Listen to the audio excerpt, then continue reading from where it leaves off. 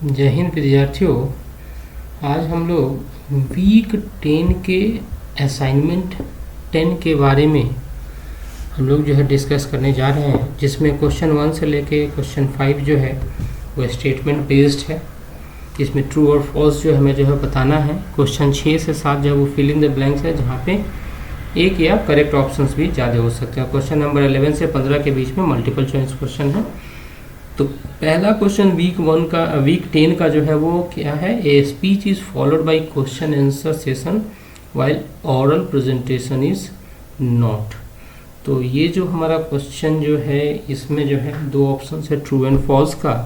तो जो right answer है क्वेश्चन नंबर 1 का दैट इज द फॉल्स। ये कथन हमारा असत्य है, गलत है ये। फिर क्वेश्चन नंबर 2 की बात कर रहे हैं कि oral presentation is professional and formal while speech can also be informal। तो ये हमारा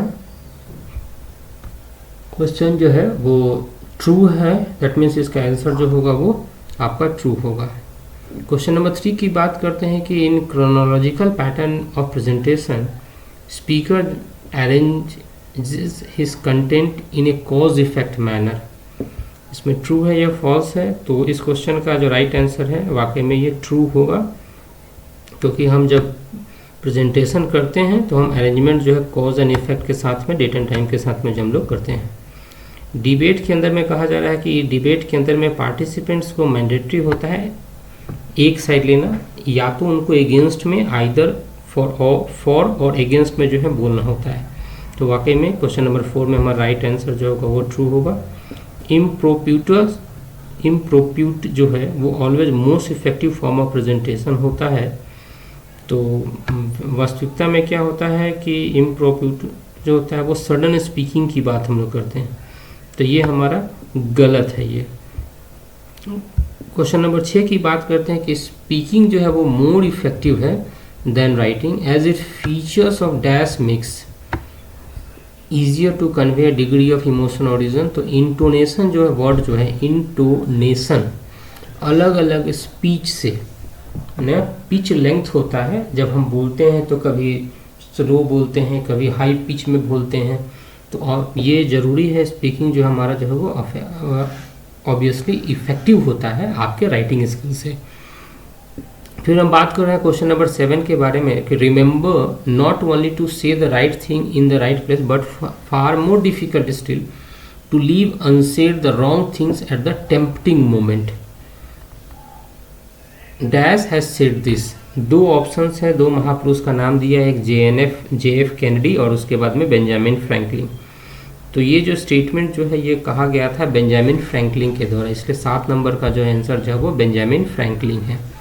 फिर उसके बाद में कहता है कि an effective style of presentation can be achieved by adding quality to the content, maintaining dash by adding variety and by altering dash. तो इसमें दो ऑप्शन दिया हुआ है, एक दिया हुआ simulation and status of the speaker, दूसरा हमारे पास ऑप्शन है ऑडिबिलिटी एंड टोन। तो देखिए क्वेश्चन नंबर 8 के अंदर में जो सिमुलेशन और स्टेटस ऑफ स्पीकर जो है वो गलत है इसके लिए, क्योंकि हमें मेंटेन करना होगा ऑडिबिलिटी को और फिर हमें अल्टर्ड करना होगा अपने टोन को, जिससे कि हम इफेक्टिव प्रेजेंटेशन जो है क्या कर सकते हैं, दे सकते हैं। स्टेटस ऑफ स्पीकर से हमें इसमें मतलब नहीं होता है, स्टेटस ऑफ स्पीकर किसी कोई भी हो सकता है। और क्वेश्चन नंबर 9 की हम बात करते हैं कि नर्वसनेस इज डैश। दो हमारे पास में ऑप्शन दिया हुआ है, नर्वसनेस इज डैश। एक आपके पास में क्या है, नेचुरल एंड यूनिवर्सल, दूसरा है सुपरफिशियल एंड मैलेबल। तो नर्वसनेस जो हमारा होता है नेचुरल होता है और यूनिवर्सल होता है। राइट आंसर हमारा ये है।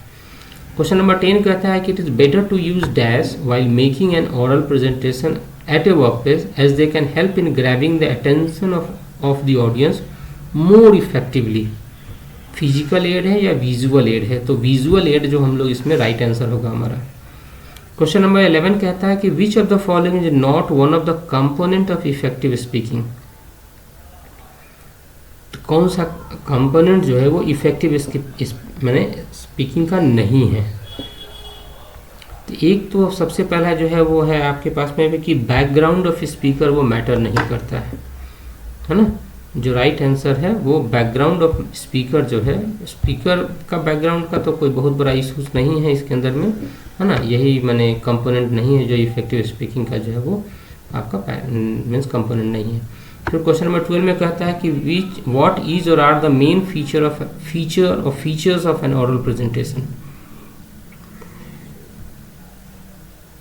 तो आपके पास ऑप्शन दिए हुए कि presentation for a small audience, informative and persuasive होना चाहिए, और जनरली यूज करते हैं हम ऑडियो एंड विजुअल एड्स।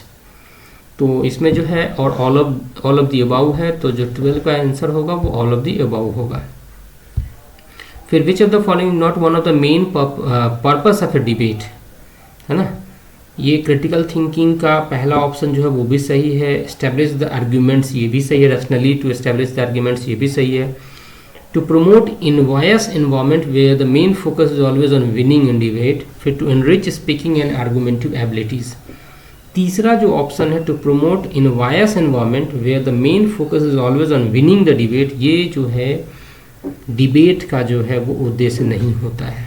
ज़रूरी नहीं है कि हम हर एक भाषण में, हर एक डिबेट में जो है वाद विवाद की प्रतियोगिता में हम खड़े हों और हो सकता है हम जीत जाए, तो इट इज़ नॉट पॉसिबल।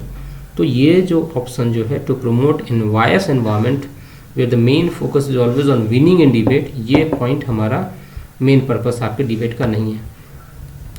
इनमें से कौन सा जो है कारण है जो लैक ऑफ मीन्स नर्वसनेस का कारण नहीं है। एक्सट्रीम वेदर जो है, lack of preparedness, extreme weather, in unfamiliarity with audience और एनेक्सिटी ऑफ परफॉर्मेंस। तो लैक ऑफ प्रिपेयर्डनेस जो है वो कॉज ऑफ नर्वसनेस हो सकता है। अनफेमिलियरिटी, क्योंकि हम जो है जो हमारे पास सामने में जो दर्शक हैं उनसे मैं अभिज्ञ हूँ, उनसे मेरा कोई मेल जोल नहीं है, कभी मैंने बात नहीं किया। और परफॉर्मेंस मेरा कैसा होगा, ख़राब होगा, अच्छा होगा, हाई लेवल का होगा, ये भी एक पैरामीटर है आपको नर्वसनेस का। मौसम जो है बहुत बड़ा रोल इसमें प्ले नहीं करता, तो एक्सट्रीम वेदर जो है वो क्या है आपका नर्वसनेस का कारण नहीं है। Which of the following are among the methods of presentation, 6 option दिए हुए। Reading from the manuscript, presentation through visual aids instead of speaking, memorization, impromptu, spontaneous और extemporaneous। इसमें से जो ऑप्शंस है, reading from the manuscript, memorisation, impromptu और extemporaneous. तो इसका जो ऑप्शंस है, 1 reading from the manuscript, memorisation, फिर इम्प्रॉम्प्टिव और फिर उसके बाद में एक्सटेम्पोरेनियस। तो ये जो आपका जो है राइट आंसर है इसके क्वेश्चन नंबर 15 के राइट ऑप्शन से। हो आपको मेरा ये प्रयास जो है अच्छा लगे तो you can have like and subscribe my channel. यही लास्ट में आपसे अनुमोदन जो है वो विनती कर सकता हूँ। धन्यवाद।